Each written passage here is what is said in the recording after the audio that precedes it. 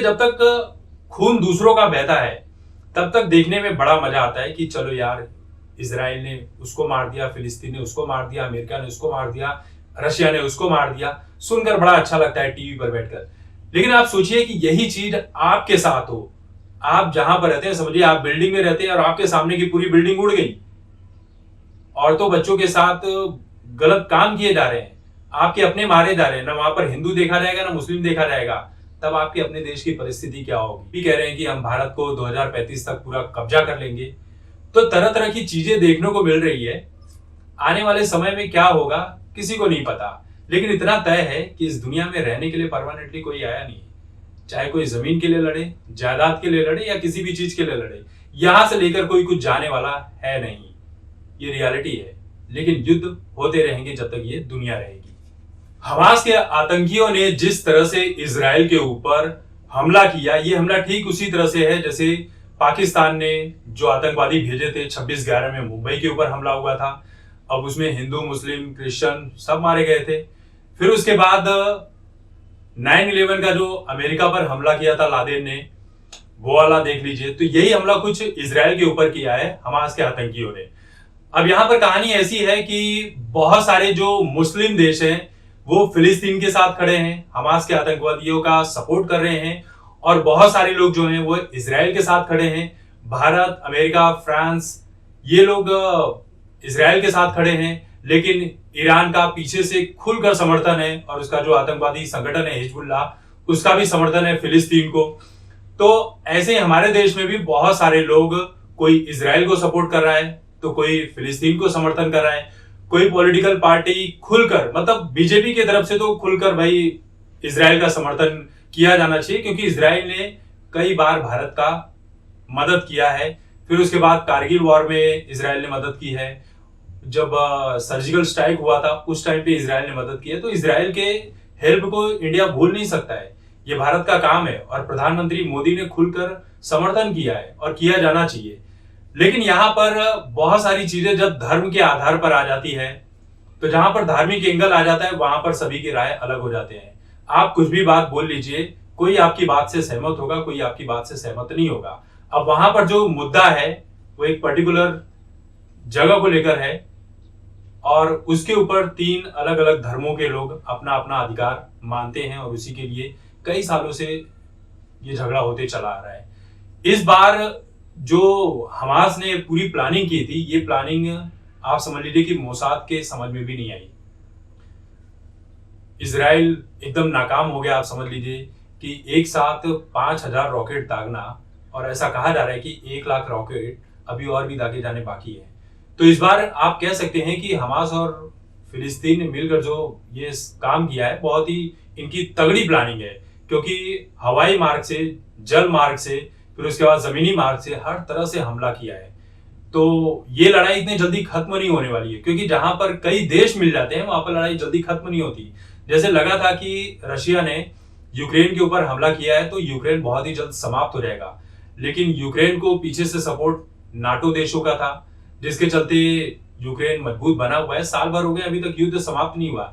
तो आज के टाइम पर किसी भी देश के ऊपर कोई भी देश हमला करता है तो इतनी जल्दी वो हारने वाला नहीं है, उसका नामो निशान नहीं मिटेगा। अमेरिका ने अफगानिस्तान के ऊपर इतने सालों तक पूरा अपना वर्चस्व बनाकर रखा, लेकिन अंत में छोड़कर जाना पड़ा। आज वहां पर फिर से तालिबान सक्रिय हो गया और सरकार चला रहा है अपनी। तो किसी भी देश के ऊपर जब इस तरह के युद्ध होते हैं तो जान माल की हानि जरूर होगी, लेकिन कोई भी देश पूरी तरह से खत्म नहीं होने वाला है। आप चाहे देख लीजिए सीरिया, यमन, लीबिया, इन देशों में कितने ही हमले हुए। इराक की बात कर लीजिए, लेकिन क्या ये देश खत्म हो गए? नहीं हुए। तो ये बहुत ही बड़ी रियलिटी है। कोई भी देश किसी भी देश को खत्म नहीं कर सकता है। कुछ समय के लिए उसके ऊपर अपना वर्चस्व भले कायम कर ले। तो बात यहाँ पर ये हो रही है कि अलग अलग तरह से लोग अलग अलग समर्थन करें। कोई हमास को आतंकवादी संगठन कह रहा है, तो कोई कह रहा है कि वो तो लड़ाके हैं, मुजाहिदीन हैं। तो तरह तरह के लोग हैं, अपनी अपनी बातें रख रहे हैं सोशल मीडिया पर। और कहानी यहां पर शाहरुख खान की करने जा रहा हूं। शाहरुख खान का साल 2014 का फिलिस्तीन को लेकर एक ट्वीट था, वो अब वायरल हो रहा है, जिसमें यह कहा जा रहा है कि शाहरुख खान फिलिस्तीन को उस वक्त सपोर्ट करते हुए नजर आए थे। उस ट्वीट में क्या है वो सुनिए। बच्चों को मारना या उनको कातिल बनाने से कुछ ठीक नहीं होगा। पीड़ितों या पीड़ितों से पीड़ित लोगों के लिए हालात नहीं सुधरेंगे। फिलिस्तीन में अमन के लिए प्रार्थना कर रहा हूं। अब सोचिए कि ये ट्वीट तब आया था जब 13 जुलाई 2014 को फिलिस्तीन में जो हमास आतंकवादी संगठन है, ये इजराइल के 3 लड़कों को अपने कब्जे में लेता है और उनकी हत्या कर देता है। उसके बाद एक बड़ा ऑपरेशन चलाया जाता है इजराइल की तरफ से, ऑपरेशन प्रोटेक्टिव एज, और इसमें 2000 से भी अधिक फिलिस्तीन के जो लोग थे, वहां के आतंकवादी थे, उनको मार गिराया जाता है। अब आप सोच लीजिए कि सिर्फ 3 लड़के जो इजराइल के मार दिए गए थे उस वक्त, तब इजराइल ने इतना बड़ा कदम उठाया था। तो इस वक्त तो इजराइल के कम से कम हजारों लोग मारे गए हैं, जिसमें बच्चे हैं, बूढ़े हैं और कई औरतों को किडनैप किया गया। 15-15, 16 साल के जो हमास के आतंकी हैं वो औरतों का रेप कर रहे हैं। तो ये सारी चीजें सामने देखने को मिल रही है। वही फिलिस्तीन को समर्थन देने वाले भी लोग बोल रहे हैं कि यही काम इजराइल भी करता था, फिलिस्तीनी औरतों के साथ ये सारी चीजें करता था। सब अपनी अपनी राय रख रहे हैं और मैं भी कोई भी राय रख दूं, आप अपना दिमाग लगाइए भाई। दुनिया में हर कोई समझदार है, आपको जिसको सपोर्ट करना है करते रहिए। किसी के सपोर्ट करने या न करने से कोई फर्क नहीं पड़ने वाला है कि हम यहाँ से बैठे बैठे सपोर्ट कर देंगे कि आई सपोर्ट विद इजराइल या आई सपोर्ट, या कोई यहाँ से बैठे बैठे कह दे कि मैं इजराइल के साथ खड़ा हूं या मैं फिलिस्तीन के साथ खड़ा हूं। इससे फर्क नहीं पड़ने वाला है। लड़ाई वहां पर लड़ी जाएगी, जो भी डिसीजन होगा हम सभी के सामने आ जाएगा। तो आप सोचिए कि इजराइल वहां पर क्या करेगा। हो सकता है इजराइल ने तो ये भी कहा है कि फिलिस्तीन को इस बार पूरा जड़ से खत्म कर दिया जाएगा, लेकिन क्या ये इतना आसान होगा इजराइल के लिए? मुझे लगता है कि इजराइल के लिए ये इस बार बहुत मुश्किल पड़ने वाला है, क्योंकि पीछे से बहुत सारे देश खड़े हैं। रसिया भी खुलकर समर्थन में आ रहा है। ये भी कहा गया कि किम जोंग जो है नॉर्थ कोरिया वाला, वो भी पीछे से समर्थन में खड़ा है। तालिबान के जो लोग हैं, आतंकी हैं, वो कह रहे हैं कि हमें दूसरे देशों से रास्ता दे दो फिलिस्तीन जाने का, हम इजराइल से निपट लेंगे। फिर उसके बाद चीन भी पीछे से समर्थन कर रहा है। हालांकि इजराइल के समर्थन में खुलकर अमेरिका भी आया है, लेकिन रशिया का ये कहना है कि अगर अमेरिका ने किसी भी तरह का समर्थन इजराइल को किया तो हम खुलकर फिलिस्तीन के समर्थन में आ जाएंगे। अब मामला यहाँ पर भारत के लिए भी है कि अगर बड़े लेवल पर युद्ध जाता है तो भारत क्या करेगा।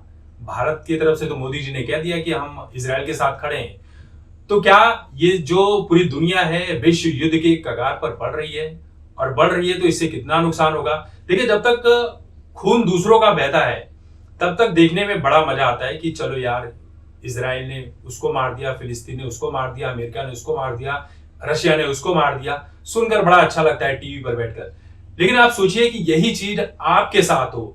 आप जहां पर रहते हैं, समझिए आप बिल्डिंग में रहते हैं और आपके सामने की पूरी बिल्डिंग उड़ गई, औरतों बच्चों के साथ गलत काम किए जा रहे हैं, आपके अपने मारे जा रहे हैं, ना वहां पर हिंदू देखा जाएगा ना मुस्लिम देखा जाएगा, तब आपके अपने देश की परिस्थिति क्या होगी? तो युद्ध जो है भयानक ही होता है, और जब किसी अपने की जान जाती है तो वही अपना समझ सकता है, चाहे वो फिलिस्तीन की तरफ से लोग मरे या फिर इजराइल की तरफ से मरे। किसी के समर्थन करने से कुछ फर्क नहीं पड़ता है। आज उस देश में हो रहा है, कल आपके अपने देश में भी हो सकता है, क्योंकि भारत और पाकिस्तान के बीच भी अच्छे रिश्ते नहीं है, भारत और चीन के बीच भी अच्छे रिश्ते नहीं है। उधर से अफगानिस्तान के जो तालिबानी संगठन है आतंकी, वो भी कह रहे हैं कि हम भारत को 2035 तक पूरा कब्जा कर लेंगे। तो तरह तरह की चीजें देखने को मिल रही है। आने वाले समय में क्या होगा किसी को नहीं पता, लेकिन इतना तय है कि इस दुनिया में रहने के लिए परमानेंटली कोई आया नहीं। चाहे कोई जमीन के लिए लड़े, जायदाद के लिए लड़े या किसी भी चीज के लिए लड़े, यहां से लेकर कोई कुछ जाने वाला है नहीं। ये रियलिटी है, लेकिन युद्ध होते रहेंगे जब तक ये दुनिया रहेगी।